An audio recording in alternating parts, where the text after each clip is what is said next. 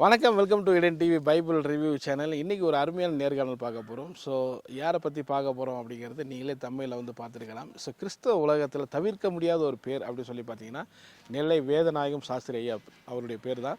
So இவர் வாழ்ந்த நாட்கள் வந்து பார்த்திங்கன்னா 17ஆம் நூற்றாண்டில் வாழ்ந்திருக்காரு. இவர் எழுதின கீர்த்தனைகள் கிட்டத்தட்ட 500க்கும் மேற்பட்ட கீர்த்தனைகள் இருக்கிறது. இன்றைக்கும் வந்து பார்த்திங்கன்னா இது மக்கள் மத்தியில் 100க்கும் மேற்பட்ட கீர்த்தனைகள் பாடப்படுது. அவருடைய பாடல்களில் மிகப்பெரிய கர்த்தருடைய பிரசனத்தை இருக்கிறதுன்னு உணர முடியுது. ஸோ 17ஆம் நூற்றாண்டில் எழுதப்பட்ட அந்த கீர்த்தனைகள் இந்த அளவுக்கு சக்ஸஸாக இருக்குதுன்னா ஸோ நிச்சயமாக அது கர்த்தருடைய பிரசன்னம் அதில் இருக்குன்னே நம்ம சொல்லலாம். ஸோ அவருடைய ஜென்ரேஷன் 7வது தலைமுறையாக ஊழியம் பார்த்துட்டு இருக்காங்க அப்படிங்கும்போது ரொம்ப ஆச்சரியமாக இருக்கும். ஸோ அப்படிப்பட்ட ஒரு இடத்துக்கு தான் நம்ம வந்திருக்கோம். அந்த ஜென்ரேஷன் வாழக்கூடிய இந்த கோத்தகிரி இடத்துக்கு தான் நம்ம வந்திருக்கோம். ஸோ ஐயா வேதநாயக சாஸ்திரியை பற்றியான வரலாறுகள், ஸோ அதுபோல் இந்த 7 தலைமுறைகளாக அந்த ஊழியம் பார்த்து இன்றைக்கும் வந்து சாஸ்திரியார் திருமதி சாரால் மார்ட்டின் அவங்க இருக்காங்க. அவங்க என்ன பண்ணிக்கிட்டு இருக்காங்க, இதெல்லாம் நம்ம கேட்க ரொம்ப ஆச்சரியமாக இருக்குது. ஸோ அதை தான் உங்களுக்கு நாங்கள் கொண்டு வர்றோம். ஸோ பலருக்கும் கிறிஸ்தவ கீர்த்தனைகள் பிடிக்கும். மிகப்பெரிய ஒரு புரட்சியை ஏற்படுத்தியிருக்காருடைய வேதநாயக சாஸ்திரியை சொல்லலாம். ஸோ அவருடைய ஜென்ரேஷனை பார்க்குறது ரொம்ப ஆசீர்வாதமாக இருக்குது. வாங்க நம்ம அவங்களை மீட் பண்ணலாம், அவருடைய வரலாறுகளையும் ஸோ இன்றைக்கி அவங்க என்ன செய்கிறாங்க டீட்டெயிலும் நம்ம தெரிஞ்சுக்கலாம். நிச்சயமாக இந்த வீடியோ உங்களுக்கு ரொம்ப பிரயோஜனமாக நம்புகிறோம். திண்ணையில உட்கார்ந்து அவர் படிச்சுக்கிட்டே இருக்கும்போது திடீர்னு சொல்லி ஒரு பெரிய வெளிச்சம். அவருக்கு வந்து அப்ப வயசு 9. திடீர்னு ஒரு வெளிச்சம். அந்த வெளிச்சம் வந்து ஒரு ஆள் உயரத்துக்கு ஒரு சிலுவை. அவருடைய ஒரு தரிசனமா பாக்குறாரு.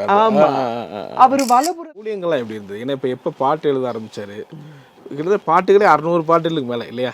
அவருடைய கீர்த்தனை பாட்டுகள் ரொம்ப ஃபேமஸ். நிறைய புத்தகங்களும் எழுதியிருக்காரு. 130க்கு மேல சொல்றாங்க. சாஸ்திரியார் வழியில நாங்க இப்ப பாடி வர்றதுனால எங்களுக்கு ஒரு பாட்டை கேட்டு ஒரு சிலர் கேட்பாங்க, இது சாஸ்திரியாருடைய பாடலாமா அப்படின்னு சொல்லுவாங்க. அந்த வரிகளை நாங்க வாசிக்க சொல்லுவோம். அந்த வரிகளை வாசிச்சு நான் கேட்கும் போதே நான் சொல்லிடுவேன் இது சாஸ்திரியாருடைய பாடல் அல்லன்னு.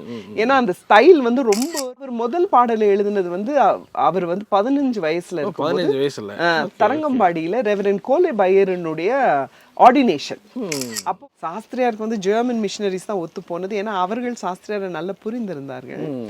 ஆங்கிலிக்கன் மிஷனரிஸ் ஏன் வந்து சாஸ்திரியாரோட ஒத்து போலன்னா ஒரு முக்கியமான காரியம் அதுல நான் சொல்லணும். ஒரு மகன்கள் எல்லாருமே கூட இப்போ என்ன பண்றாங்க, பாடல்கள் எழுத ஆரம்பிக்கிறாங்க. அப்போ அவர் மரண படுக்கையில படுத்திருக்கிறாரு. அப்போ சொல்லுவாராம், அதாவது அந்த காரியத்தை சொல்லணும். நான் சாஸ்திரியார் அவர் 90 வயசுல இருக்கிறாரு. அவர் அந்த பேரு அந்த சாஸ்திரியார்ன்றது காமனா இவருக்குன்னு கொடுக்கப்பட்ட இதுவா? இப்படி வேதநாயகம் சொன்னீங்க இல்லையா, காமனா அது கிறிஸ்தவர்களுக்கு இருந்தது. இந்த சாஸ்திரியாருக்கு பட்டமா அப்படி வாங்கினாங்களா? அதை பத்தி கொஞ்சம் நல்ல கேள்வி பிரதர். பைபிள் ரிவ்யூ சேனல்ல உங்களுடைய சாட்சிகளையும் ஊழிய அனுபவங்களையும் பகிர்ந்து கொள்ள விரும்புனீங்கன்னு சொன்னா எங்களுடைய வாட்ஸ்அப் நம்பர் கான்டாக்ட் பண்ணுங்க. அது மட்டும் இல்லாமல் நீங்க ஃபாரின்ல இருக்கீங்க அப்படின்னா உங்களை ஜூம் ரெக்கார்டிங் எடுக்கிறதுக்கும் நாங்கள் ரெடியா இருக்கோம். ஸோ நீங்களும் எங்களை கான்டாக்ட் பண்ணலாம். உங்களுடைய வாட்ஸ்அப் நம்பர் 8428196238. இந்த வாட்ஸ்அப் நம்பருக்கு உங்கள் டீட்டெயில்ஸ்லாம் அனுப்புங்க. நிச்சயமாக உங்களுடைய அனுபவங்கள் பலருக்கும் விசுவாசத்தையும் பக்தி விருத்தியும் தூண்டுங்கிறது சந்தேகம் கிடையாது.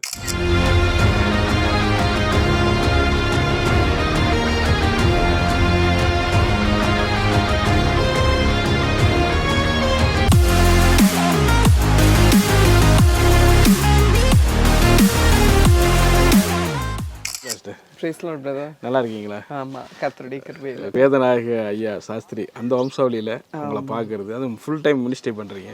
ஸோ உங்களை சந்திக்கிறது மிகப்பெரிய பிளஸ்ஸிங்கான. Thank you brother. ஸோ இங்கே கொடுத்த அப்பாயின்மெண்ட்டுக்காக ரொம்ப நன்றி. ஸோ நான் ஃபஸ்ட்டு இது ஐயா நெல்லை வேதநாயக சாஸ்திரியை பற்றி அந்த ஹிஸ்ட்ரியிலேருந்து ஸ்டார்ட் பண்ணலான்னு நினைக்கிறேன். நிறைய யூடியூப்பில் நிறைய பார்க்குறோம். பட் அவங்க ஜென்ரேஷனில் நீங்கள் அதை பற்றி சொன்னீங்கன்னா நேயர்களுக்கு நிறைய உண்மைகள் கரெக்டான விஷயம் தெரியும். உண்மைக்கு மாற நிறைய விஷயங்கள் இருக்குது. ஸோ நீங்களே அதை எக்ஸ்பிளைன் பண்ணீங்க, அவங்களுடைய வரலாறு சொன்னீங்கன்னா ரொம்ப நல்லா இருக்குங்கிறதா எங்களுக்கு. கண்டிப்பாக பிரதர். ஆக்சுவலாக வேதநாயக சாஸ்திரியாரை குறித்து அறிஞ்சிக்கிறதுக்கு முன்னாடி அவர் எந்த காலகட்டத்தில் வாழ்ந்தாருன்னு சொல்லி தெரிஞ்சுக்கிட்டா நமக்கு அது பிரயோஜனமா இருக்கும். ஈஸ்ட் இந்தியா கம்பெனி இந்தியாவை ரூல் பண்ணிட்டு இருக்க போது டைரக்டா குவீன் விக்டோரியா அவங்க ரூல் பண்ணும்போது தான் சாஸ்திரியார் வந்து வாழ்க்கை வந்து இருந்தது. அப்பதான் அவர் பிறந்து வாழ்றாரு. அவர் வாழ்ந்து கொண்டு இருக்கும்போது அவரோடு சக காலகட்டத்தில் வாழ்ந்தவங்க யார் பார்த்தீங்கன்னா, ஒருவேளை வட இந்தியாவில் நம்ம பார்ப்போம்னா ராஜாராம் மோகன் ராய், அவருடைய காலகட்டத்தில் வேதநாயக சாஸ்திரியார் இருந்தார். அதே போல ராமகிருஷ்ணா பரமஹம்சர் அவர் வாழ்ந்த காலகட்டம். நம்மளுடைய கிறிஸ்டியன் கான்டெக்ட்ல சொல்லணும்னா வில்லியம் கேரி, அவர் கல்கட்டால பெங்கால்ல, இவங்க 3 பேருமே பெங்கால்ல பெரிய காரியங்களை செஞ்சிருக்கிறாங்க. அது வில்லியம் கேரி வாழ்ந்த காலத்துல தான் சாஸ்திரியாரும் வாழ்ந்து. அது மட்டும் இல்லாம சாஸ்திரியார் வாழ்ந்த காலத்துல இந்த ஜாதி ரொம்ப டிஃப்ரென்ஸ், அதாவது உயர்ந்த ஜாதி தாழ்ந்த ஜாதி அப்படின்னு ஒரு ரொம்ப பிரச்சனைகள் இருந்த ஒரு கால சூழ்நிலையில தான் அவர் பிறக்கிறார். இவர் யாருக்கு பிறக்கிறார்னா அருணாச்சலம் பிள்ளை என்று அழைக்கப்படுகிற ஒருவருக்கும் அவருடைய மனைவிக்கும் அவர் வந்து பிறக்கிறாரு. இந்த அருணாச்சலம் பிள்ளை யாருன்னு சொல்லி பாத்தீங்கன்னா இன்னைக்கு கூட திருநெல்வேலியில வந்து புட்டாரத்தி அம்மன் கோவில் என்று சொல்லி ஒரு அம்மன் கோவில் இருக்கிறது. அந்த கோயில்ல வந்து இவர் ஓதுவாரா இருந்தாரு. அந்த மந்திரம் ஓதுகிற வேலை அவங்க செய்வாங்க. சோ ஓதுவார். அவர் வந்து ரொம்ப பெருமையா சொல்லிக்குவார், தான் ஓதுவார் குலம், சைவ சமயம் அப்படின்னு சொல்லி ஆண்டவர் அறிவதற்கு முன்பதாக ரொம்ப பெருமையாக அருணாச்சலம் பிள்ளை பேசக்கூடிய ஒரு காரியம். அருணாச்சலம் பிள்ளையினுடைய அந்த கோவில் வழியாக ஒரு கேட்டகிஸ்ட் டெய்லி போயிட்டு வருவாரா. அவருடைய பழக்கம் அந்த வழியா போறது. அப்போ அவர் வந்து அந்த கேட்டகிஸ்ட் வந்து அருணாச்சலம் பிள்ளை கிட்ட பேச்சு கொடுப்பாராம். அடிக்கடி சில கேள்விகள் கேட்பாராம். அவங்க இந்து மதத்தினுடைய அது அவர் என்ன வேலை செய்யறாருன்னு கேட்பாராம். அவர் வந்து சொல்ல இவர் வந்து இயேசுவை பத்தி அவருக்கு சொல்லுவாராம். என்னுடைய இது அப்படியே அவரே ஒரு கான்வர்சேஷனை உருவாக்கி, ஆனா அவரை ரொம்ப பிடிக்குமா. ஏன்னா அருணாச்சலம் பிள்ளைய வந்து இந்த கேட்டகிஸ்டுக்கு ஏன் ரொம்ப அட்ராக்ட் ஆனார்னா, அருணாச்சலம் பிள்ளையுடைய பேரண்ட்ஸ் எல்லாம் ஃபைனான்ஸ்ல இருந்தாங்க. ஆனா இந்த அருணாச்சலம் பிள்ளை என்ன செய்வாராம், ஃபைனான்ஸுக்கு இவருக்கு ஒரு காசு கடை வச்சு கொடுத்தா இவருக்கு காசெல்லாம் ஏழைகளுக்கு கொடுத்துட்டு எல்லா காசையும் காலி பண்ணிட்டு வந்துருவாராம். அவருடைய ஜெனராசிட்டியில அவர் தாராள குணத்தை பார்த்துதான் இந்த கேட்டகிஸ்ட் அட்ராக்ட் ஆகுறாரு. அப்ப அவரு யோசிக்கிறாரு, இவருக்கு இயேசுவை குறிச்சு நம்ம சொன்னோம்னா இன்னும் எவ்வளவு நல்ல ஒரு மனிதனாக வர முடியும் இவர் உண்மையை தெரிந்து கொண்டு என்பதற்காக தான் அவர் இயேசுவின் இடத்துல வழி சொல்றாரு. பட் ஆனா நீங்க சொல்ற வரலாறு வந்து 300 வருஷத்துக்கு முன்னாடி உள்ளது. அன்னைக்கு வந்து இயேசுவை பத்தி சொல்றதுக்குன்னா பெரிய ஒரு இது வேணும். ரெண்டாவது இவங்க வந்து அந்த கோயில்ல ஒரு மெயினான இதா இருக்கிறாங்க. கரெக்ட். அவர் ஓதுவாரா இருந்தாலும் அவருக்குள்ளார ஒரு திருப்தியற்ற வாழ்வு இருந்ததுனால ஒரு சத்தியத்தை தேடி போகணும்ன்ற ஒரு ஹங்கர், ஒரு பசி அவருக்குள்ளாகவே இருந்திருக்கு. சோ இந்த கேட்டகிஸ்ட் இவர் மீட் பண்ண உடனே அந்த பசிக்கேற்ற கேள்விகளை இவர் கேட்ட உடனே அவங்க 2 பேரும் பேச தன்னுடைய கேள்விகளுக்கான பதில வந்து அவர் மூலமா அவர் எது உண்மையான தெய்வம்ன்றது அதை பெற்றுக்கொள்கிறார். அதை பெற்றுக்கொண்ட உடனே அவருக்கே ஒரு உத்வேகம், சரி அப்போ வந்து இவராதான் இருக்க முடியும் அப்படின்னு தான் அவர் எல்லாவற்றையும் விட்டுட்டு அவர் ரோமன் கேத்தோலிசம்குள்ளார உள்ள மாறுறாங்க. அவங்களுக்கு எத்தனை பிள்ளைங்க, இவங்க எத்தனாவது பிள்ளை வேதநாயகர்? அவருக்கு அருணாச்சலம் பிள்ளைக்கு வந்து எங்களுக்கு வரலாறு தெரிஞ்ச வரைக்கும் வேத போதகம் வேதநாயகன் மட்டும்தான். ஒருத்தர் மட்டும்தான். ஒரு பிள்ளை மட்டும். ஆமா, ஒரு பிள்ளை மட்டும்தான். மகள் இருந்தாங்கன்னு சொல்றாங்க. அவங்கள பத்தி அவ்வளவு அறியல. சோ அப்புறம் வேதநாயகம் சாஸ்திரியார் அவர் சின்ன வயசுல வளரும் போது அவங்களுக்கு எப்படி இருக்கு அந்த கடவுள் பக்திங்கிறது எப்படி? சரி, இப்ப என்ன பண்றாங்கன்னா அருணாச்சலம் பிள்ளையும் அவங்க மனைவியும் வேத போதகம்னு பேசுவோமே, வேதநாயகம் இன்னும் ஆகல. அவர் வேத போதகத்தை வந்து ரோமன் கேத்தலிக் பிலீஃப்ல தான் அவர் வளர்க்கிறார். அப்படி வளர்த்துட்டு இருக்கும் போது அவரு சரியா படிக்க மாட்டாராம். வேத போதகம் ஸ்கூலுக்கு போவாராம், ஆனா படிப்பு வராது. ஸ்கூலை விட்டு ஓடி ஓடி வந்துருவாராம் வீட்டுக்கு. அப்போ அவங்க டீச்சர் ஒரு முறை அவரை பார்த்து ரொம்ப வேடிக்கையா சொன்னாங்களாம். ஆனா கோபமா தான் சொல்றாங்க, யமனுக்கு படிப்பு வந்தாலும் இவனுக்கு படிப்பு வராதுன்னு சொல்லி ஒரு முறை அவங்க தகப்பனாரை கூப்பிட்டு சொல்லிட்டாங்க. சொல்லிட்டு நீங்க பிள்ளைய கூட்டிட்டு போயிருங்க, இவனுக்கு படிப்பே வராது நீ அப்படின்னு சொல்லி. அப்போ வீட்டுக்கு கூட்டிட்டு வந்து இவர் அழுகிறாரு. அருணாச்சலம் பிள்ளை அப்படி அப்படியே ஜெபம் பண்ணிக்கிட்டே அழுகிறாரு. அப்போ வேத போதகம் கேக்குறாரு, நீங்க ஏன்பா அழுகுறீங்க அப்படின்னு சொல்லி அவர் கேட்கும் போது அவர் சொல்றாரு, நீ படிக்கவே மாட்டேங்கிறியே, நீ எப்படியாவது நல்லா படிச்சு வரணும்னு நான் விரும்புறேனே அப்படின்னு.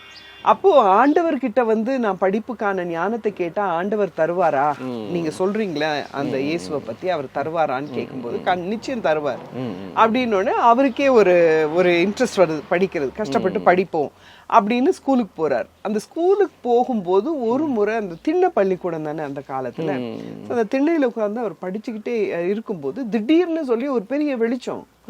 அவருக்கு வந்து அப்ப வயசு 9. திடீர்னு ஒரு வெளிச்சம். அந்த வெளிச்சம் வந்து ஒரு ஆள் உயரத்துக்கு ஒரு சிலுவை.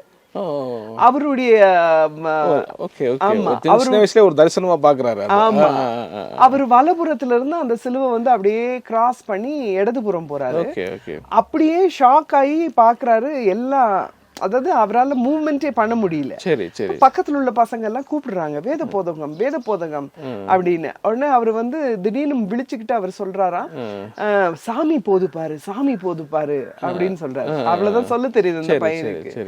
எங்களுக்கெல்லாம் ஒன்னும் தெரியலையே அப்படின்னு சொன்னோடனே இதை தன் தகப்பனார் இடத்துல போய் சொல்லி, இன்னைக்கு நான் பெரிய வெளிச்சத்துல அந்த சாமி போறத பார்த்தேன் அப்படின்னு சொல்லி சொல்றாப்ல. அந்த நாள்ல இருந்தே அவங்க ஃபாதரும் அவனை வந்து ஆண்டவர் வழி நடத்த ஆரம்பிக்கிறாரு. இவரும் வந்து ஒரு டிஃப்ரெண்ட் சேஞ்சஸ் அவருக்கு வாழ்க்கையில ஆரம்பிக்குது. என்னன்னா சிறுவனா இருந்தாலுமே அந்த ஜெபத்துக்கு அவர் முக்கியத்துவம் கொடுத்து நெடுமுழங்கால நின்று ஜெபிப்பாராம் சின்ன வயசுல இருந்தே. சோ அப்படியாக அவர் சிறு வயது துவங்கியே தன்னுடைய வாழ்க்கையில மாற்றம் பெற்று அப்படியே அவர் வளர்ந்து வந்தார். வேதநாயக சாஸ்திரியார மாயூரம் வேதநாயகம் பிள்ளையோட குழப்பிக்குவாங்க மக்கள் அவரோட. ஆமா, ஏன்னா வேதநாயகம் என்கின்ற பெயர் இருக்கிற அந்நாட்கள்ல நிறைய கீர்த்தனையில் நிறைய வேதநாயகம் பார்க்க முடியும். ஆமா ஆமா, ஏன்னா அந்நாட்களில இந்த வேதநாயகம் என்பது was a very common name.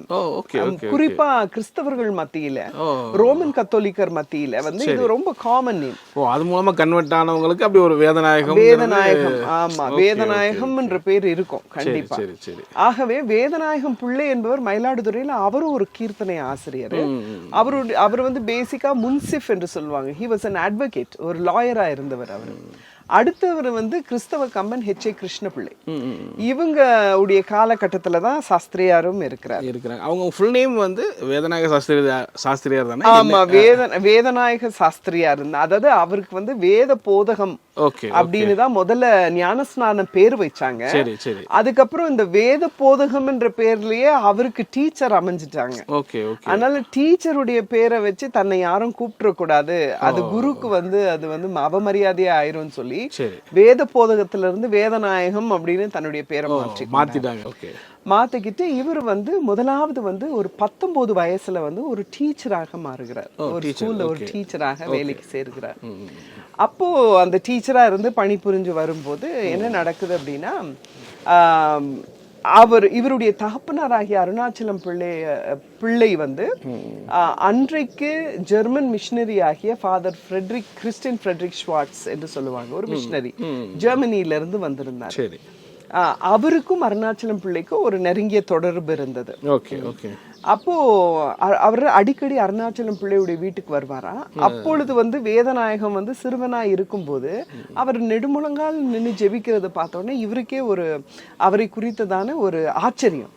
இவ்வளோ சிறு வயதுல இந்த பையன் இவ்வளோ ஜெப வாழ்க்கையோட இருக்கிறானே அப்படின்னு சொல்லி அவர் தகப்பனாரை பார்த்து கேட்டாராம், நீங்க இந்த பையனை என்னோட தஞ்சாவூர் விட்டுறீங்களா, நான் கூட்டிட்டு போறேன், நான் தஞ்சாவூருக்கு அவனை அழைச்சிட்டு போய் இன்னும் வேதத்தை குறித்து ஆழமா கற்றுத்தரேன், இன்னும் வந்து அவனுக்கு வந்து மற்ற பாடங்கள் எல்லாம் சொல்லித்தரேன் அப்படின்னு சொல்லிதான் கேட்கிறாரு பெர்மிஷன்.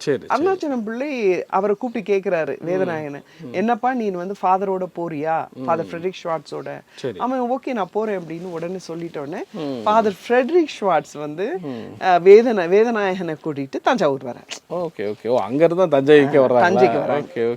எப்பயுமே வேதநாயக சாஸ்திரியார் தன்னை அழைத்து கொள்ளும் போது என்ன எப்படி அழைச்சு கொள்வார்னா, நெல்லையானும் தஞ்சை சுவிசேட கவிராயருமாகிய வேதநாயக சாஸ்திரியார்.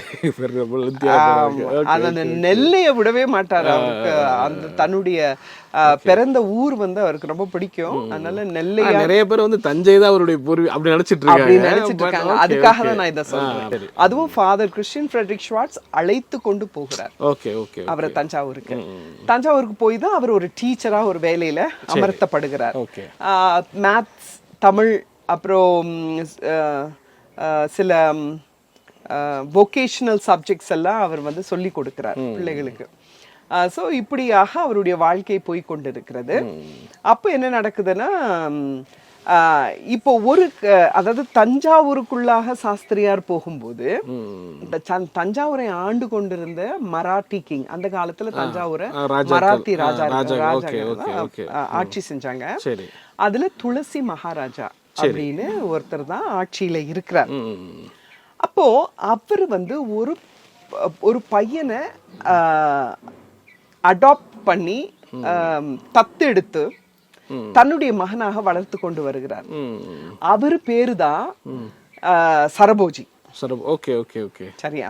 சரி. சோ அந்நாட்கள்ல மிஷனரிமார்களுக்கும் இந்த ராஜாக்களுக்கும் ஒரு நெருங்கிய பிணைப்பு இருக்கும். அவங்க ரொம்ப மதிப்பாங்க மிஷனரிமார்கள். அப்போ துளசி மகாராஜா வந்து ஃபாதர் ஃப்ரெட்ரிக் கிறிஸ்டியன் ஸ்வார்ட்ஸோட ரொம்ப நெருங்கிய தொடர்பு உடையவரா இருக்கிறார். திடீர்னு அவருக்கு உடல்நல சுகுவீனமாகுது, மரண படுக்கைக்கு போறாரு துளசி மகாராஜா. அப்போ அவர் வந்து ஃபாதர் ஃப்ரெட்ரிக்கை கூப்பிட்டு, ஸ்வார்ட்ஸ் ஐயரை கூப்பிட்டு சொல்றாரு, எனக்கு உயிர் போயிரும் போல இருக்கு, ஆனா என்னுடைய இந்த அடாப்டட் சன் ஆகிய சர்ஃபோஜியை வந்து அரியணையில ஏற்ற மாட்டாங்க போல இருக்கு, என்னுடைய பிரதர் வந்து எப்படியாவது அரியணையில உட்காரணும்னு பாக்குறாரு, நானும் உயிர் போயிரும் எனக்கு, நீங்க எப்படியாவது சரபோஜிய நீங்க ராஜாவாக அரியணையில ஏற்றணும்னு சொல்லிட்டு அவரும் கொஞ்ச நாள்ல இறந்து போறாரு. அப்போ சரபோஜியினுடைய கஸ்டடி யாருக்கு வருதுன்னா ஃபாதர் ஃப்ரெட்ரிக் ஸ்வார்ட்ஸ்க்கு வருது. Okay okay. அப்போ ஃபாதர் ஃப்ரெட்ரிக் ஸ்வார்ட்ஸின் இடத்துல இப்பொழுது வேதநாயக சாஸ்திரியாரும் இருக்கிறாரு, இவரு சரபோஜி இளவரசரும் இருக்கிறாரு. ஓகே. இவங்க 2 பேரையும் இவர் கார்டியனா இருந்து வளர்த்து எடுக்கிறார்.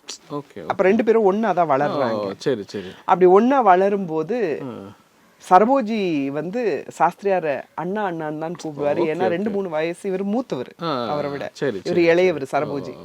அண்ணா அப்படிதான் 2 பேருமே ஒன்னாவே ஃபாதர் கிறிஸ்டியன் ஃப்ரெட்ரிக் ஸ்வார்ட்ஸ் கடியில வளர்றாங்க. Okay okay. அப்போ சாஸ்திரியாருக்கு வந்து எப்படியாவது தியாலஜி கத்து கொடுக்கணும்னு சொல்லிட்டு ஃபாதர் கிறிஸ்டியன் ஃப்ரெட்ரிக் ஸ்வார்ட்ஸ் என்ன பண்றாரு, சாஸ்திரியார தஞ்சாவூர்ல இருந்து தரங்கம்பாடிக்கு அனுப்புறாரு இறையியல் படிக்கிறதுக்காக. இறையியல் படிப்பதற்காக அவங்க அங்க அனுப்புறாங்க. அங்க ரெவரண்ட் ஜான் ஒருத்தர் வந்து தரங்கம்பாடி சர்ச்சில் இருக்கிறாரு. அவரு கீழே வந்து சாஸ்திரியார் வந்து தியாலஜி படிக்கிறாரு, இறையியல் படிக்கிறாரு. அப்போ தியாலஜி படித்து கொண்டு இருக்கும் போதே அவருக்கு வந்து ஆஸ்ட்ரானமிலயும் ஒரு இன்ட்ரெஸ்ட் வருது, வான சாஸ்திரத்தையும் அவருக்கு அங்க கற்றுத்தராங்க. அதனால அதையும் அவர் படிக்கிறாரு. இது எதுக்காக நான் சொல்றேன்னா, அதுக்கப்புறம் அவருடைய படைப்புகள்ல வந்து வான சாஸ்திரத்துக்கு ஒத்த பாடல்களையும் கூட அவர் எழுதியிருக்காரு.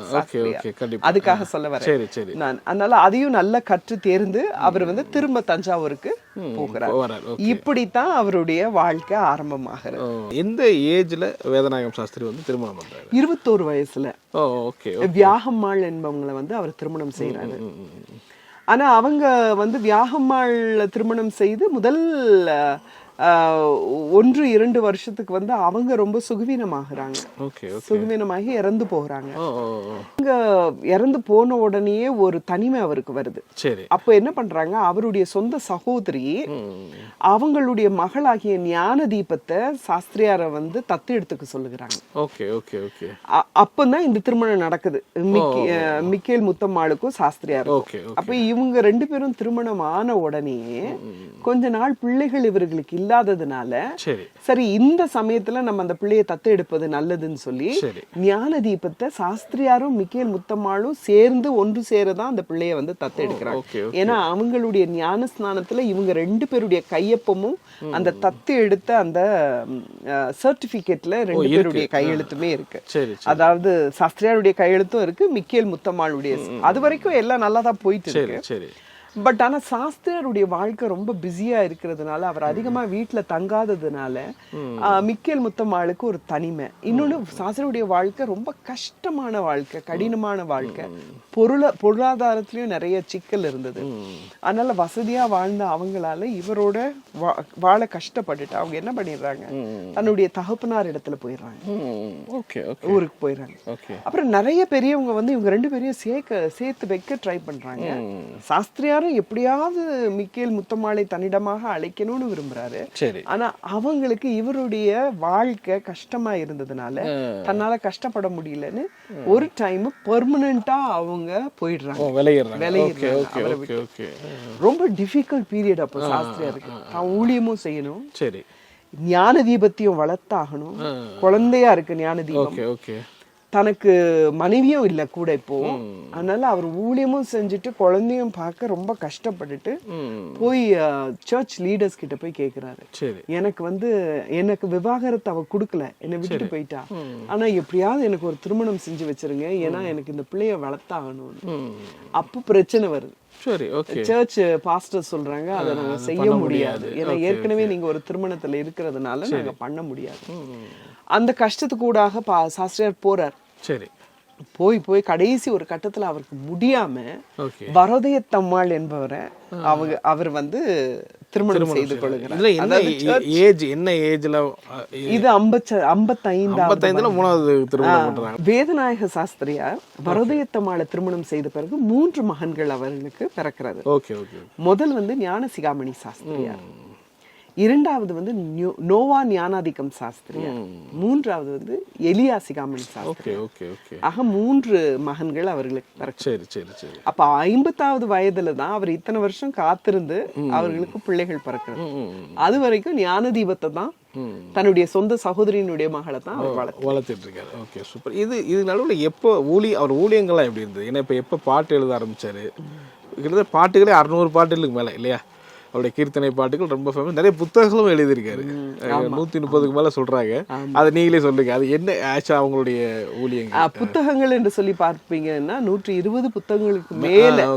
அது பெரிய விஷயம் அந்த நாட்கள்ல. கீர்த்தனைகள்னு பாத்தீங்கன்னா கிட்டத்தட்ட 500 கீர்த்தனைகளுக்கு மேல அவர். நம்ம வந்து இப்ப பழக்க இதுல பாடுற கீர்த்தனைகள் 150 தான். அவ்வளவுதானா? நிறைய கீர்த்தனைகள் பாடல்கள் வந்து அவருடைய புத்தகங்களிலே இருக்கிறது. அதெல்லாம் இன்னும் பாடல, ஏன்னா இருக்கிற பாடல்களே மக்களுக்கு வந்து பாடுவது கடினமா இருக்கிறது. மற்ற பாடல் இன்னுமே அதிக அவருடைய லாங்குவேஜ் வந்து ரொம்ப ரிச்சா இருக்கும் சாஸ்திரியாருடைய பாடல். இப்ப சாஸ்திரியார் வழியில நாங்க இப்ப பாடி வர்றதுனால எங்களுக்கு ஒரு பாட்டை கேட்டு ஒரு சிலர் கேட்பாங்க, இது சாஸ்திரியாருடைய பாடலாமா அப்படின்னு சொல்லுவாங்க. அந்த வரிகளை நாங்க வாசிக்க சொல்லுவோம். அந்த வரிகளை வாசிச்சு நான் கேட்கும் போதே நான் சொல்லிடுவேன் இது சாஸ்திரியாருடைய பாடல் அல்லன்னு. ஏன்னா அந்த ஸ்டைல் வந்து ரொம்ப ரிச்சா இருக்கும், ரொம்ப யுனிக்கா இருக்கும். அவருடைய வார்த்தைகளை வைத்து இது சாஸ்திரியார் கட்டினதா இல்லையான்றத நம்ம சொல்லிடலாம். அவர் முதல் பாடலை எழுதினது வந்து அவர் வந்து 15 வயசுல தரங்கம்பாடியில ரெவரண்ட் கோலே பையரனுடைய ஆர்டினேஷன். அப்போ வந்து அவர் தரங்கம்பாடி சர்ச் இன்னும் இருக்கு, அந்த சர்ச் அதுதான் ஏசியாலேயே கட்டப்பட்ட முதல் ப்ராட்டஸ்டன்ட் திருச்சபை, TLC சர்ச். அந்த சர்ச்சுக்கு வெளியில வாசல்ல நின்னுதான் அவர் ரெவரண்ட் கோலேப் ஐயருக்கு வந்து உள்ள ஆர்டினேஷன் நடக்கும் போது முடிச்சு அவங்க எல்லாம் வெளியில வரும்போது ரெவரண்ட் கோலேப் ஐயரை வாழ்த்தி சாஸ்திரியார் தான் இயற்றிய பாடலை பாடுறார் 15 வயசுல. ஃபர்ஸ்ட் அவருக்கு ஆட்டோமேட்டிக்கா அது வருதா? ஏன்னா பின்புலம் எதுவுமே பாடல் எழுதுற ஒரு பின்புலமா? பாடல் எழுதுற பின்புலமே கிடையாது, படிப்பே வராது. ஆமா, அந்த 15 வயசுல அவருக்கு வந்து கோலே பையரை வந்து ஏன்னா அங்க அவங்களோட தான் இருந்து அவர் வந்து தியாலஜி கத்துக்கிறாரு. ரெவரண்ட் ஜான், ரெவரண்ட் கோலேப், நிறைய ஜெர்மன் பாஸ்டர்ஸ் அப்பொழுது இருக்கிறாங்க. சோ அவரை பார்த்த உடனே இன்ஸ்பிரேஷன், அந்த ஆர்டினேஷனை பார்த்த உடனே சோ உடனே ஒரு பாட்டை இயற்றி அப்படியே, அதுதான் அவருடைய ஃபர்ஸ்ட் அனுபவம். அவருக்காக பாடினதா? அவருக்காகவே பாடினது. ரெவரண்ட் கோலே பையர் அவரை வந்து அப்ரிஷியேட் பண்றாரு. இந்த சிறு வயசுல உனக்கு இவ்வளவு ஞானம் இருக்கு, டக்குன்னு ஒரு பாட்டை இயற்றி பாடி விட்டாயே அப்படின்னு சொல்லி அவரை அப்ரிஷியேட் பண்றாரு. ஃபர்ஸ்ட் டைம் அதுதான் அவர் முதல் பாடினது. சோ அதுக்கப்புறம் எப்படி பாடல்ல எழுத ஆரம்பிக்கிறார்?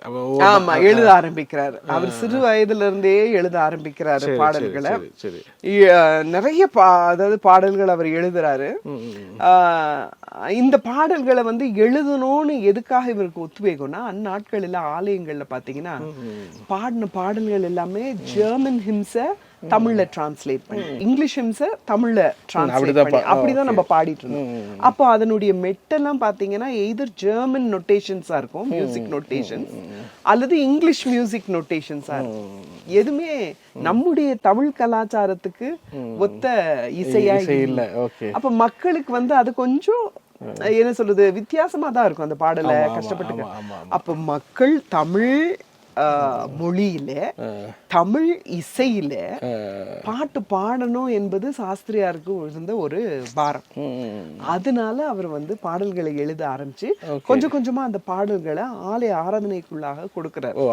மக்களை பாட வச்சு அவர் வந்து இந்த பாடல்களை ஏற்ற ஆரம்பிச்சார். ஆமா, ஆக்சுவலி அது அவர் ஒரு கீர்த்தனையில ஒரு மிகப்பெரிய ஒரு இதுல, ஏன்னா இன்னைக்கு உள்ள ஆட்கள் புரியணும்னா இப்ப ஃபாதர் பெர்க்மான்ஸ்ல அவர் பாடி ஒரு பெரிய இது ஏற்பட்ட மாதிரி அந்த நாட்கள்ல ஸோ அவருடைய பாடல்கள் தான் இன்னைக்கு வரைக்குமே மிகப்பெரிய ஒரு இதை ஏற்படுது, ஒரு பிரசன்ஸ், ஆண்டருடைய பிரசன்ஸ் ஏற்படுதுன்னு சொல்லலாம். கண்டிப்பா. எப்படி அவருடைய பாடல்கள் எழுதும் போது எப்படி அவருடைய கான்செப்ட்லாம் இருக்கும், அவர் எப்படி எழுதி, அதாவது சாஸ்திரியார் பாடலை எழுதினார்னா சும்மா ஒரு உட்கார்ந்து ஒரு பேப்பர் எடுத்து பாடலை எழுதுனது இல்ல. அவர் ஒவ்வொரு சந்தர்ப்ப சூழ்நிலையிலிருந்து அவருக்கு பாடல் எப்படி கோலே பையர்னுடைய ஆர்டினேஷன் அவருக்கு ஒரு இன்ஸ்பிரேஷனை கொடுத்து உடனடியாக ஒரு பாடல் எழுதினாரோ, அதே போல தன்னுடைய வாழ்க்கையில நடந்த நிகழ்ச்சியின் அடிப்படையில இருந்துதான் அவருக்கு பாடல் பிறந்தது. அதனால சாஸ்திரியாருடைய பாடல்களை நீங்க பாத்தீங்கன்னா எல்லா பாடலுக்கும் ஒரு பின்னணி, ஒரு கதை உண்டு. அந்த சிச்சுவேஷன்ல இருந்து தான் ஒரு பாடல் அவர். சோ அதனால தான் அதனுடைய கடவுளுடைய அந்த பிரசன்னம் அதுல அதிகமா இருக்கிறது பார்க்க முடியுது. எப்பொழுதுமே பாடல்களை உட்கார்ந்து எழுதுறதை விட அனுபவத்துல இருந்து நீங்க எழுதும் போது அது நிறைய மக்களை தொடுகிறதா இருக்கிறது. அது தவிர்த்து அவங்க ஊழியங்கள், இப்ப ஆண்டவர் பண்ண ஊழியங்கள் எப்படி இருந்தது, அவங்க என்ன பண்ணுவாங்க, ஆக்சுவலா ஒரு பிரீச்சரா எவாஞ்சலிஸ்டா இருந்தாங்களா, என்ன மாதிரி அவங்க இருந்தாங்க? அதாவது அவங்க வந்து ஒரு பாஸ்டரா இருந்தது இல்ல, சரி சரி, ஆனா டீச்சராவே இருந்துட்டு ஊழியமும் செய்து கொண்டிருந்தார். அப்போ நான் சொன்னேன், அப்போ ஒரு சமயத்துல நான் சொன்னேன் அவர் பிறந்த சமயம் வந்து இந்த ஜாதி வித்தியாசம் அதிகமா நடந்ததுன்னு. சரி சரி. அப்போ ஜெர்மன் மிஷனரிஸ் அதிகமா இருக்கிறாங்க, அதோடு கூட சேர்ந்து ஆங்கில மிஷனரிஸும் வராங்க, ஆங்கிலிக்கன் மிஷனரிஸும் வராங்க. ஆனா சாஸ்திரியாருக்கும் ஆங்கிலிக்கன் மிஷனரிஸ்க்கும் ஒத்து போறதே இல்லை. சாஸ்திரியாருக்கு வந்து ஜெர்மன் மிஷனரிஸ் தான் ஒத்து போனது, ஏன்னா அவர்கள் சாஸ்திரியாரை நல்லா புரிந்திருந்தார்கள். ஆங்கிலிக்கன் மிஷனரிஸ் ஏன் வந்து சாஸ்திரியாரோட ஒத்து போலன்னா ஒரு முக்கியமான காரியம் அதுல நான் சொல்லணும். இப்போ என்ன நடக்குதுன்னா, கோயிலுக்குள்ளாக கிறிஸ்துவை அறிந்த மக்கள் எல்லாரும் ஒன்று கூடி வரும்போது கீழ் ஜாதி என்று அழைக்கிறாங்கல்ல, அந்த மக்களும் ஆலயத்துக்கு ஆராதனைக்கு வருவாங்க. மேல் ஜாதி என்று தங்களை அழைத்துக் கொள்கிறார்கள், அவர்களும் ஆலயத்துக்கு வராங்க. அப்ப என்ன நடக்குதுன்னா, இந்த மேல் ஜாதி என்று அழைக்கப்படுகிற மக்களுக்கு பிடிக்கல இவர்களோட சேர்ந்து ஆராதிப்பதற்கு. நல்ல திருச்சபையில பிரச்சனை வருது, நாங்க வரமாட்டோம், இவங்க வந்தாங்கன்னா நாங்க வரமாட்டோம். இப்ப சாஸ்திரியார் பாக்குறாரு இந்த சிச்சுவேஷன், ஐயோ இப்படி போச்சுன்னா ஆண்டவர் அறிஞ்சிருக்கிறாங்க இப்பதான் இந்த மேல் ஜாதியார், சரி இப்ப இவங்க போயிட்டாங்கன்னா ஆலயத்தை விட்டு ஆண்டவரை விட்டும் போயிருவாங்கன்ற ஆதங்கத்துல அவர் தன்னுடைய வீட்டை திறந்து கொடுக்கிறார். இந்த மேல் ஜாதி மக்கள் நீங்க இங்க வந்து ஆண்டவரை தொழுதுங்க, அவங்க ஆலயத்துல இருந்து தொழுது கொள்ளட்டும். இத ஆங்கிலிக்கன் மிஷனரிஸ், அதாவது ஆங்கில மிஷனரி மாதிரி எப்படி புரிந்துகிட்டாங்கன்னா, சாஸ்திரியார் சைவ வேளாளனா இருந்ததுனால இவர் வந்து மேல் ஜாதி மக்களை தன்னுடைய வச்சு பாக்குறாரு. ஆனா அவங்க கிட்ட இருந்து அந்த மக்களை பிரிச்சுட்டாருன்னு தப்பா புரிஞ்சு, இவர் வந்து எப்படியாவது ஆண்டவர் ஆராதிங்க அப்படிங்கிறது, ஆண்டவரை விட்டு போயிடக்கூடாது, ஏதோ ஒரு வழி வேணும்னு அவர் செஞ்சாரு. இதை நான் ஏன் இவ்வளோ என்ன சொல்றது, இவ்வளவு கன்ஃபார்ம்டா நான் சொல்றேன்னா, ஏதோ சாஸ்திரியாருடைய மைண்டுக்குள்ளார நான் இருந்த மாதிரி நான் எப்படி சொல்றேன்னா, அவருடைய படைப்புகள்ல ஜாதி வித்தியாசங்களை எதிர்த்து சாஸ்திரியார் நிறைய பாடல்களை எழுதியிருக்கிறார், நிறைய பாடல்கள் எழுதியிருக்கிறாரு. அதனால தவறா கூட பார்க்கப்படுதுன்றீங்க. அந்நாட்கள்ல பார்த்தாங்க, நீ தனியா சர்ச்சுக்கு தொடங்குற மேல் ஜாதிக்காரங்களுக்கு அப்படின்னு சாஸ்திரியாரை குற்றப்படுத்தினாங்க. ஆனா நிச்சயமா அது கிடையாது சாஸ்திரியாருடைய எண்ணம். அப்படின்னா அந்த பாடல்கள் அவர் படைச்சிருக்க மாட்டாரு. கண்டிப்பா ஜாதிகளை எதிர்த்து எத்தனையோ பாடல்கள் அவருடைய ஒர்க்ஸ்ல இருக்கு. அந்த டைம் அப்படி இருந்தது. பட் அவங்க ஊழியம் பார்த்துட்டு இப்படி வேலை பார்த்துட்டு ஊழியம் பண்ணிட்டு வேற டிராவல்லாம் பண்ணாங்க, நிறைய டிராவல் பண்ணி. அவங்க அதிகமா போனது இலங்கை, அவருடைய ஊழியங்கள் அதிகமா ஜாஃப்னா கொழும்புல நடந்திருக்கு. அதிகமா போனது இலங்கையில் இதாக இருக்காங்க. பட் அதே மாதிரி வந்து பார்த்தீங்கன்னா அவங்க டோட்டலாகவே ஆரம்பத்துலேருந்தே அந்த பாட்டுகள்லாம் எப்படி அது ஹிட்டாகவே இருந்துச்சான்னு நினைக்கிறேன். அந்த நாட்கள்லேயே எல்லா சபையிலையும் இது பாடல ஆரம்பிச்சாங்களா? வந்து நம்முடைய திருச்சபை பாடல் புத்தகங்கள்ல அதை சேர்த்து கொண்டார்கள். சாஸ்திரியாருடைய பாடல்கள் மட்டும் இல்ல, அநேக கீர்த்தனை ஆசிரியர்கள் இருந்திருக்காங்க. அவங்களுடைய பாடல்கள் எல்லாம் உள்ள வருது. மெஜாரிட்டி அவங்களுடைய இது இருக்கும். ஆனா மெஜாரிட்டி வந்து அதிகமான பாடல்கள்னு பாத்தீங்கன்னா வேதநாயக சாஸ்திரி அவருடைய பாடல்கள் தான் இருக்கும். எந்த நாட்கள்ல அவருடைய இறுதி காலம்னா எந்த நாட்களா இருந்துச்சு? இறுதி காலம் வந்து ரொம்ப சுகவீனமா ஆறாரு. தஞ்சையில தான் இருக்காங்களா? தஞ்சையில தான் இருக்காங்க. தஞ்சையில வந்து மிஷன் ஸ்ட்ரீட்ல வந்து சாஸ்திரியாருக்குன்னு ஒரு வீட்டை வந்து சரபோஜி கொடுத்திருந்தாரு. அந்த வீட்டுல தான் இன்னும் முதல் சாஸ்திரியாருடைய 2வது மகனுடைய வழி, அதாவது நோவா ஞானாதிக்கம் சாஸ்திரியாருடைய வழியில உள்ள மக்கள் இன்னும் தஞ்சாவூர்ல தான் இருக்கிறாங்க. அந்த வீட்டுல தான் இருக்கிறாங்க. இப்ப என்னன்னா அந்த வீட்டுல தான் ரொம்ப அவர் சுகவீனப்படுகிறாரு. அவரை வந்து கடைசி வரை அவருடைய படுக்கையில வைத்து பார்த்தது வரோதை தம்மாள், அவருடைய அந்த கடைசி மனைவி பாக்குறாங்க. இதுக்கு இடையில மிக்கேல் முத்தம்மாளும் இறந்துடுறாங்க. இறந்த உடனே இவங்களை வந்து அவர் வந்து சர்ச்சில் வச்சு திருமணம் செய்துக்கிறாங்க. அப்புறம் அவங்க கவனிக்கிறாங்க. கவனிச்சு அப்புறம் மகன்கள் எல்லாம் பெரியவர்களாக மாறுகிறார்கள். இவர் மகன்கள் எல்லாருமே கூட இப்போ என்ன பண்றாங்க, பாடல்கள் எழுத ஆரம்பிக்கிறாங்க. அப்ப அவர் மரண படுக்கையில படுத்திருக்கிறாரு. அப்போ சொல்லுவாராம், அதாவது அந்த காரியத்தை சொல்லணும், நானு அவரு சிக்கா இருக்கும் போதே சொல்லுவாராம், சப்போஸ் நான் வந்து ஞாயிற்றுக்கிழமை இறந்து போயிட்டேன்னா என்னுடைய உடலை வந்து நீங்க ஒரு ரூம்ல வச்சு பூட்டிட்டு நீங்க எல்லாரும் ஆலயத்துக்கு போய் அட்டன் பண்ணிட்டு அப்புறமா வந்து என்னுடைய காரியங்களை செய்யுங்கன்னு சொல்லுவாராம். அதே போல அவர் ஞாயிற்றுக்கிழமை தான் இறந்தாரு. இறந்த போது எல்லா சர்ச்சஸனுடைய மணி ஓசைகளும் அவருடைய இறப்புக்காக அடிச்சாங்க அப்படின்னு சொல்றாங்க. எந்த ஏஜ்ல இருந்தாங்க அவங்க? அவர் வந்து 90வது வயதுல இறந்து போனாரு. அதுக்கு முன்னாடி இருந்த சாஸ்திரிமாரெல்லாம் சிறு வயதிலேயே இறந்து போனாங்க. ஆமா, முதல் சாஸ்திரியாரு 90 வயதுல இருந்தாரு. என்னுடைய தகப்பனார் 6ஆம் தலைமுறை 90 வயதை எட்டி இருக்கிறாரு. அதுக்கப்புறம் அதை குறிச்சு அவர் ரொம்ப இப்பொழுது பேசிக் கொண்டிருக்கிறார். முதல் சாஸ்திரியாருக்கு அப்புறம் நான் தான் இந்த 90 வயதை டச் பண்ணி இருக்கிறேன் கர்த்தருடைய கிருபையினால அப்படின்னு சொல்லிட்டு இருக்காரு. அதே மாதிரி இந்த சாஸ்திரியார் அவர் 90 வயசுல இருக்கிறாரு. அவர் அந்த பேரு, அந்த சாஸ்திரியாருன்றது காமனா இவருக்குன்னு கொடுக்கப்பட்ட இதுவா? இப்படி வேதநாயகம் சொன்னீங்க இல்லையா, காமனா அது கிறிஸ்தவர்களுக்கு இருந்தது. இந்த சாஸ்திரியாருக்கு பட்டமா அப்படி வாங்கினாங்களா? அதை பத்தி கொஞ்சம். நல்ல கேள்வி பிரதர். ஏன்னா நிறைய பேருக்கு அது ஒரு சாஸ்திரியார்னா என்ன அப்படின்னு கேட்பாங்க. இந்த சாஸ்திரியாரை வந்து இன்றைக்கு நம்ம புரிந்து கொள்ள வேண்டும்னா டாக்டர் ஆஃப் டிவினிட்டின்னு ஒரு பட்டம் கொடுக்குறாங்கல்ல தியாலஜில, அதுக்கு ஈக்குவல் ஆனதுதான் இந்த சாஸ்திரியாருடைய பட்டம். இப்ப சாஸ்திரியார் இப்படியாய் கிறிஸ்தவ தமிழ் இலக்கியத்துக்கும் கிறிஸ்தவ தமிழ் இசைக்கும் படைப்புகளை அள்ளி கொட்டிக்கிட்டே இருக்கிறாரு. அப்போ இந்த சர்ச்சஸ் எல்லாம் சேர்ந்து என்ன யோசிக்கிறாங்க, இவருக்கு கண்டிப்பா ஒரு டைட்டில் கொடுக்கணும். ஆனா நாட்களில பல்கலைக்கழகங்கள் கொடுப்பதற்கு இயங்கல. அப்போ திருச்சபைகளா சேர்ந்து, ஏன்னா கிறிஸ்டியன் லிட்ரேச்சருக்கும் கிறிஸ்டியன் சர்ச் மியூசிக்குக்கும் தான் இவ்வளவு கான்ட்ரிபியூஷன் கொடுத்ததுனால நம்ம எல்லா திருச்சபைகளும் சேர்ந்து அவருக்கு ஒரு பட்டத்தை கொடுப்போம் அப்படின்னு சொல்லி இந்த சாஸ்திரியார் பட்டத்தை, இது பொதுவா பாத்தீங்கன்னா நான் கிறிஸ்டியன் கம்யூனிட்டியில வந்து இந்த சாஸ்திரிகள் அப்படிங்கிற பட்டத்தை வச்சிருப்பாங்க. பட் இது வந்து சாஸ்திரியார் அப்படிங்கிற மாத்தி கொடுக்குறாரு. ஆமா, ஃபர்ஸ்ட் இது இந்த பேர் வந்து இவருக்கு தான் கொடுக்கப்படுது, சாஸ்திரியார். வேதநாயகமுக்கு தான் சாஸ்திரியார் அப்படிங்கிற, அப்ப இருந்து வேதநாயக சாஸ்திரி அழைக்கப்படுறாரு. அப்ப இருந்து தான் அவர் வேதநாயக சாஸ்திரி. நிறைய பட்டங்களும் வாங்கியிருக்காங்க இல்ல, நிறைய இந்த மாதிரி எழுதுனதுனால. ஆமா ஆமா ஆமா, நிறைய பட்டங்கள் அவர் பெற்றிருக்கிறாரு. அதுல வந்து தேவ சிரோமணி மகா சக்கரவர்த்தி அப்படின்ற ஒரு பட்டமும் அவர் பெற்றிருக்கிறார் அவருடைய கான்ட்ரிபியூஷன்ஸ்க்காக. ஞானதீப கவிராயர் அப்படின்னு ஒரு பட்டம் அவருக்கு இருக்கு. அவருடைய டைட்டில்ஸே ஒரு 4-5 இருக்கு. ஆனா அது அதிகமா அவர் பயன்படுத்துகிறார். வேதநாயக சாஸ்திரி, அப்ப சாஸ்திரியா இருக்கிறது இவர்தான் ஃபர்ஸ்ட் வேதநாயக சாஸ்திரியார் அப்படின்னு இது வர்றாங்க. அந்த மாதிரி புஸ்தகம் நிறைய எழுதியிருக்காங்கல்ல 120க்கு. அது எப்படி அவங்க அப்ப நிறைய வேதத்தை படிச்சதுனால தானே அப்படி நிறைய எழுதியிருக்க முடியும்?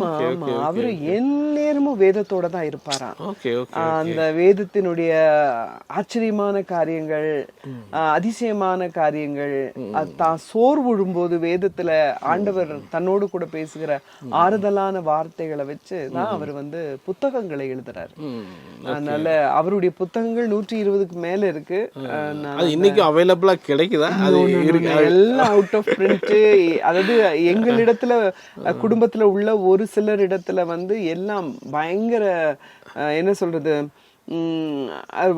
உடைஞ்சு போகிற நிலைமையில நாங்க வச்சிருக்கோம். அதை வச்சு ஒரு போட்டோ காப்பி கூட எடுக்க முடியாது, அப்படி அவ்வளவு பதப்படுத்தி வச்சிருக்கிறோம்.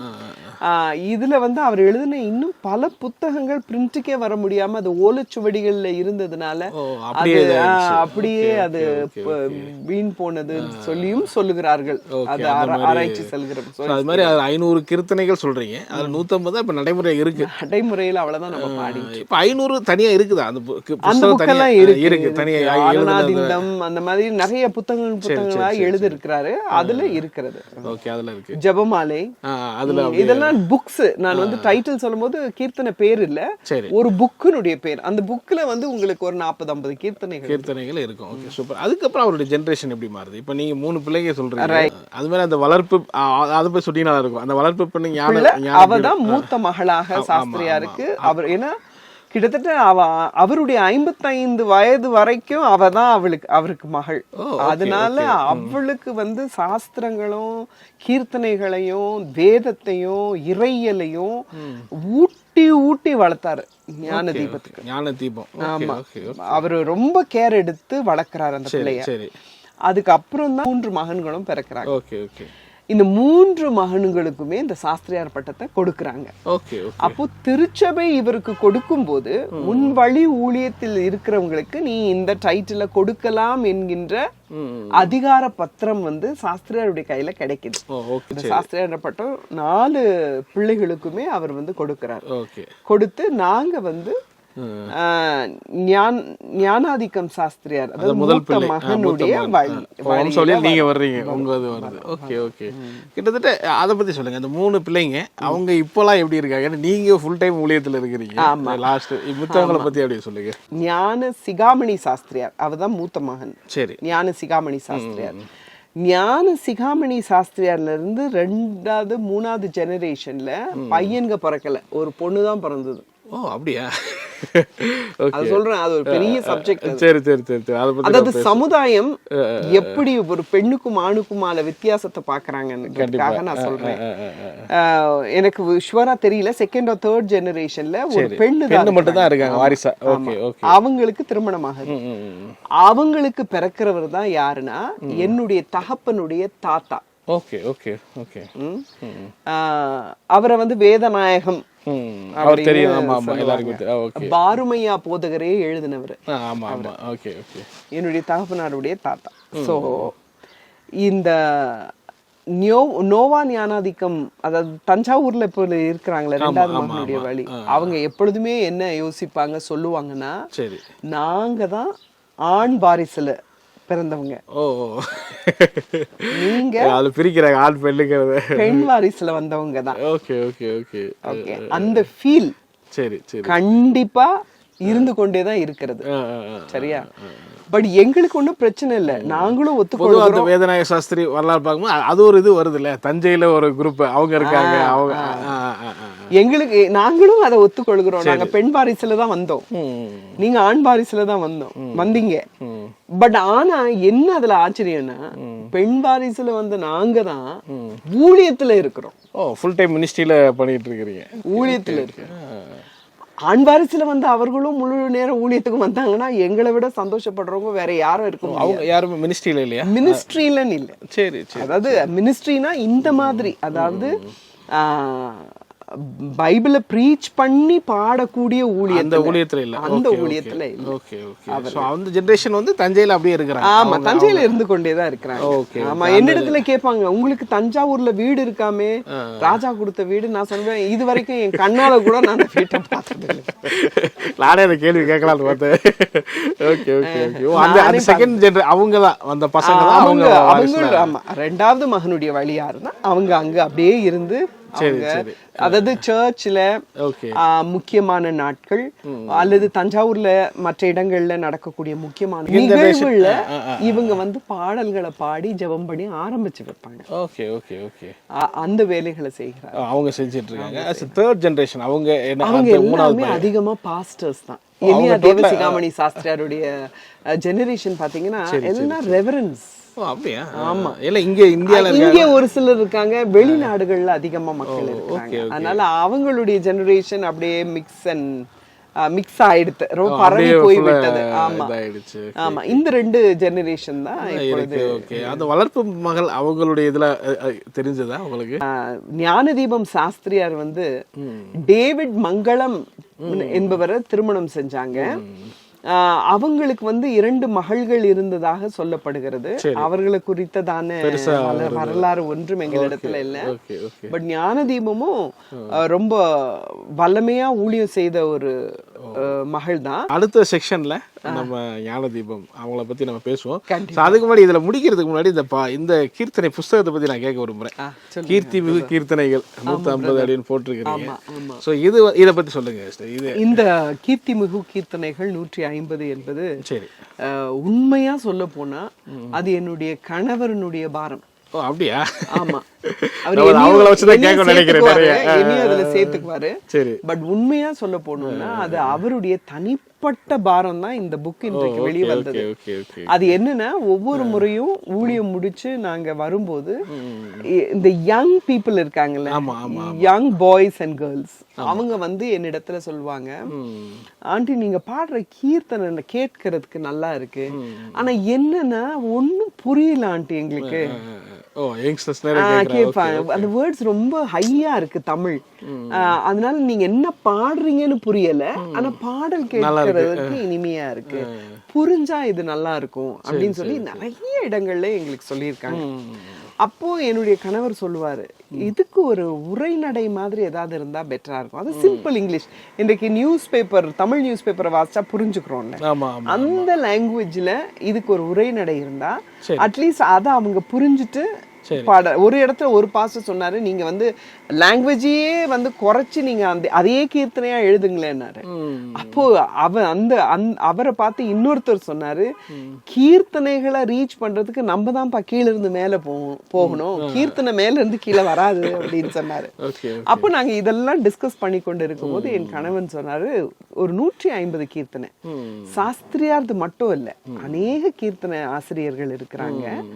அவங்களுடைய அது என்னன்னா, இதுல ஒரு ஸ்பெஷாலிட்டி நீங்க பாத்தீங்கன்னா, எங்க வேதநாயக சாஸ்திரியாருடைய தலைமுறையில தோன்றின நாங்க மட்டும்தான் அத வழி வழியா அவர் கட்டின பாட்டை வந்து நாங்க பாடி மக்களுக்கு. எத்தனையோ கீர்த்தனை ஆசிரியர்கள் அருமையான கீர்த்தனை எழுதி இருக்கிறாங்க. எனக்கு பர்சனலா இருக்கிற பாரம் என்னன்னா, அவங்க வழித்தோன்றல்கள் ஏன் அதை நீங்க பாடி இன்னும் அதை உயிரோட ஏன் வைக்க மாட்டேங்கிறீங்க? அது கர்த்தருடைய கிருபை தான். பட் ஆனா அதே தான் நான் மற்ற கீர்த்தனை ஆசிரியர்களுக்கும் விரும்புறேன்.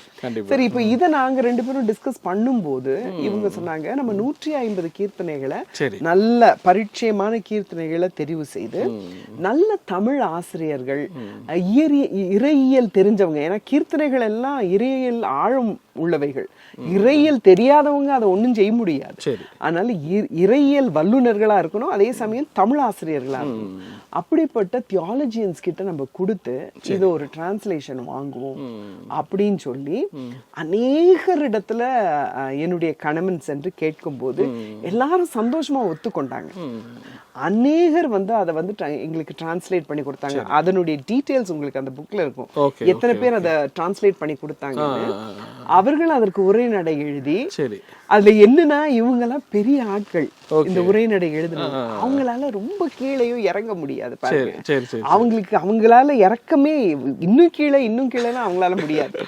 அதை அவர்களிடத்துல இருந்து நாங்க பெற்று என்னுடைய கணவர் உட்கார்ந்து அதை உள்வாங்கி புரிந்து கொண்டு அதை இன்னும் கொஞ்சம் பிள்ளைகளும் புரிந்து கொள்ளுகிற அளவுல அந்த தமிழை குறைச்சு நிறைய ரிசர்ச்.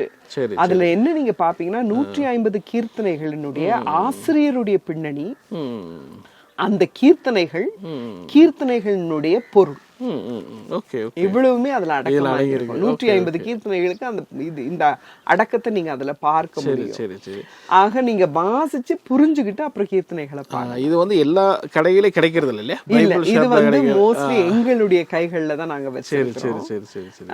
வச்சு நாங்க மீட்டிங்ஸ் போகும்போது இதை அறிமுகப்படுத்தி மக்கள் கிட்டத்தட்ட இதுவே 4000க்கு மேல கர்த்தருடைய கிருபை எங்களுடைய காரியங்கள் ஒன்று. சூப்பர். அது மாதிரி இன்னொரு விஷயம், இந்த பென் டிரைவ் அது வித்தியாசமா இருந்தது. ஆமா உங்க சாங்ஸ் இத பத்தி சொல்லுங்க. ஆமா, கிட்டத்தட்ட 80க்கு மேல உள்ள பாடல்கள் 89 பாடல்கள் இருக்கு. நீங்க பாடின பாடல்கள் இல்லையா? ஆமா, நான் பாடியிருக்கேன். ஒரு சில பாடல்களை என் கணவர் என்னோடு கூட சேர்ந்து பாடி இருக்கிறார். Okay okay. அந்த பாடல்கள் இருக்கிறது. இது எதுக்காக நான் போட்டேன்னா, ஒரு கீர்த்தனை புக்கை கொடுக்குறோம், சரி, கொஞ்சம் அந்த பாட்டு எப்படி இருக்கும்னு அவங்க கேட்டுக்கிட்டாங்கன்னா கூட சேர்ந்து பாடி பழகலாம்ல, அதற்காக தான் இந்த பென் டிரைவை போட்டோம்.